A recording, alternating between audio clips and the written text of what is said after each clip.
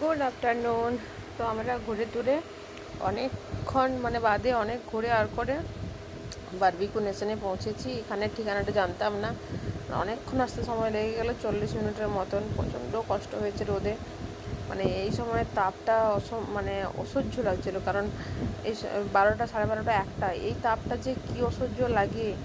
তারপর অনেক খোঁজাখুঁজি করে চলে এসেছি এখানে ওই বারবিকিউ নেশনে। তো এখানে দেখছিলাম যে এখানের কাউন্টারগুলো কীরকম। এখানে উদয়পুরটা তো গেছি অনেকবার, এখানেটাই ফার্স্ট টাইম এসেছি। তো ওই খাবার দাবারগুলো দেখছি এদিকে খাবারগুলো, এখানে নামগুলো লেখা নেই, উপরটাতে লেখা ছিল আমি দেখিনি। তো সব খাবারে একই রকম লেগেছে আমার, দেখতে আর কি, কোনটা কি নাম বুঝতে পারিনি বা বলতেও পারিনি। কারণ সবগুলোর নাম সামনে সামনে লেখা ছিল না। উদয়পুরে যেমন কাছেই লেখা ছিল, তেমন এখানে উপরে লেখা আছে। তো আমি দেখিনি, তো ওই জন্য আর নামগুলো বলতেও পারিনি। তো এখানে অর্ধেক খাবার তো শেষ হয়ে গেছিলো, আবার ওরা রিস্টোর করতে গেছে। এখানে স্যালাড আছে, এখানে বিরিয়ানি, এতে আবার এই মাংস, মাছ এগুলোই থাকে, যা থাকে ওখানে এখানেও সেমই থাকে। তো সবগুলো আবার নেই, এবার নামগুলো থাকলে আমি একটু ভালো করে দেখিয়ে দিতে পারতাম। তো এখানে জায়গাটা অনেকটা ফাঁকা ফাঁকা, বেশ ভালো। তো প্রথমে আমাদেরকে ফুচকা দিয়ে দিয়েছে, আর এই যে পাপড়ি চাট ওখানেও যেমন দেয় এখানেও সে সেমই দিয়েছে। তারপরে চলে এসছে এই যে মাশরুম নিয়েছি। তো এগুলোই খাই এখন, দিয়ে আসছি। অঙ্কনে পাপড়ি চাট খেতে ব্যস্ত, আর মাশরুম দিয়েছিল, মাশরুম খাওয়া হয়ে গেছে। এই যে তারপরে এগুলো দিয়ে গেছে, কি কি কি বললো, গালাউটি কাবাব নাকি, এটা ভেজ। এবারে চিকেন আর মাছ দিয়ে গেছে, প্রন, এখানে মাছ আছে, আর এখানে আছে চিকেন। আমার বর শুধু চিকেন মটন ওদিকে খাবে, ভেজ কিচ্ছু নেয়নি, আমরা একটু একটু করে ভেজ নিয়েছি, আমি আর ছেলে। এখানে বেবিকর্ন দিয়ে গেছে, সুইটকর্ন আর কি। অঙ্কন এই যে চিকেনের ওগুলো কী বলে, বেশ বলে দিয়েছিল, ওখানে মনে নেই, ভুলে গেছি। তো এগুলো খেতে ব্যস্ত। ও স্টার্টার খাচ্ছে ভালোই, না বড়দের মতো অত বাচ্চারা কি খেতে পারবে, ও টুকটাক খাচ্ছে। তো ও আপনার নিজের মতন কেটে করে ওনার সুন্দর খাচ্ছে। আর এই যে আমি এখানে সুইটকর্ন নিয়ে আর এই চিকেন নিয়ে বসে আছি। এটা মাটনের কি একটা দিয়ে গেছে, মাটন শুধু বাম্বেটা মোটামুটি খাওয়া হয়েছে। আমি ওই স্টার্টার খেয়ে মাথা ধরে গেছে, সকাল থেকে গ্যাস হয়ে গেছে আর কি। তো খাবো, এত রোদটা প্রচণ্ড, তো রোদে অতটা করে আধ ঘন্টা 1 ঘন্টা পর অটোয় চেপে না, প্রচণ্ড শরীরটা খারাপ হয়ে গেছে।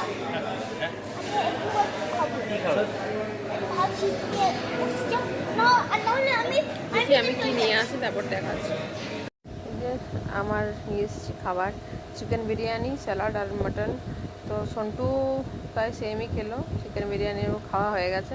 আর অঙ্কন আবার কি বলে ফুচকা নিয়ে বসেছে, বলছে আমি ফুচকা খাবো, আমার ফুচকা খেতে ইচ্ছে করছে। তো ওই জন্য আবার ফুচকা মাঙালাম, বললাম দিয়ে যাও। তো আমাদের খাওয়া দাওয়া হয়ে গেছে।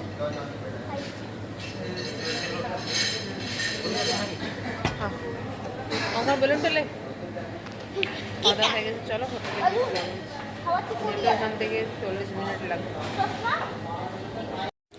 Good evening. তো সন্ধ্যেবেলায় আবার হোটেল থেকে বেরিয়েছি। আজকে আমাদের 6টায় ট্রেন যাওয়ার কথা ছিল, যেতে পারিনি, কারণ প্রচণ্ড ঘুম পেয়েছিল, ঘুমিয়ে গেছি। তো এখন 7:30টা বাজছে এখন, তো এখনও সন্ধে হয়নি। এখন দেখো এই সন্ধে হচ্ছে, এখন সন্ধে হয়নি। তো আমার বললো চলো একটু হোটেল থেকে বেরিয়ে আসি, বললাম চলো। তো ঘুম থেকে উঠে একটু বেরোতে, এদিকে বেড়াতে এসেছি, চাটা খেলাম, দিয়ে অঙ্কন খাচ্ছে ডিম টোস্ট, আর আমি ডিম সেদ্ধ নিয়েছিলাম।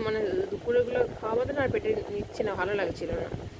তো চলো আজকে রাতের খাবার, এটাতে মনে হচ্ছে রুটি আছে না, এটাতে আমার জন্য ভাত, আর এটা যে সবজি কী আছে কে জানে, চিকেন টিকেন কিছু হবে, আর এখানে স্যালাড। এই হচ্ছে, যেহেতু আমাদের থাকার কোনো প্ল্যান ছিল না, যেহেতু থেকে গেছি, কী করে ম্যানেজ করে চলতে হচ্ছে, খেতে হচ্ছে।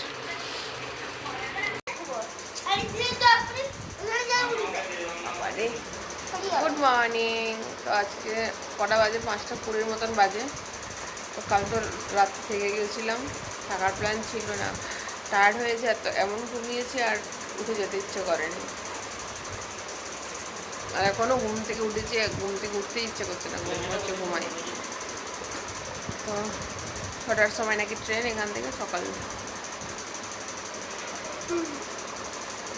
তো বেরিয়ে যাবো ওখান থেকে, হোটেল থেকে দিয়ে ট্রেন ধরবো।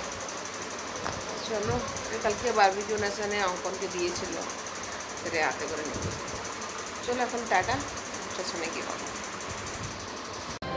এই যে আমরা প্ল্যাটফর্মে এসে বসলাম, বাসটা পৌঁছে দিয়েছি। তো আমার বর গেছে টিকিট কাটতে, লাইট বন্ধ করে দিচ্ছে, সকাল হয়ে গেছে তো লাইট বন্ধ করে দিচ্ছে। আমরা এই সিঁড়িটাতে বসে আছি, এটাতে হাওয়া আসছে ভালো, সকালে ভালো হাওয়া দিচ্ছে। তো বললো ওখানটাতে বসো, আমি টিকিট কেটে নিয়ে আসছি। কোন নম্বরে আছে ট্রেন কে জানে।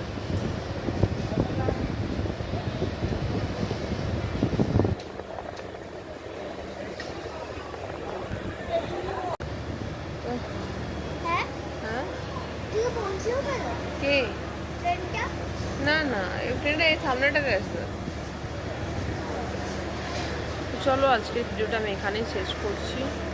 বাড়ি গিয়ে ভিডিও করতে পারবো কিনা জানি না, কারণ এমনিতেই প্রচণ্ড টায়ার্ড। এবার পৌঁছে বসে 12টা, সাড়ে 12টা, অত রোদে গরমে আর মনে হয় ইচ্ছা করবে না ভিডিও করতে। তো চলো টাটা।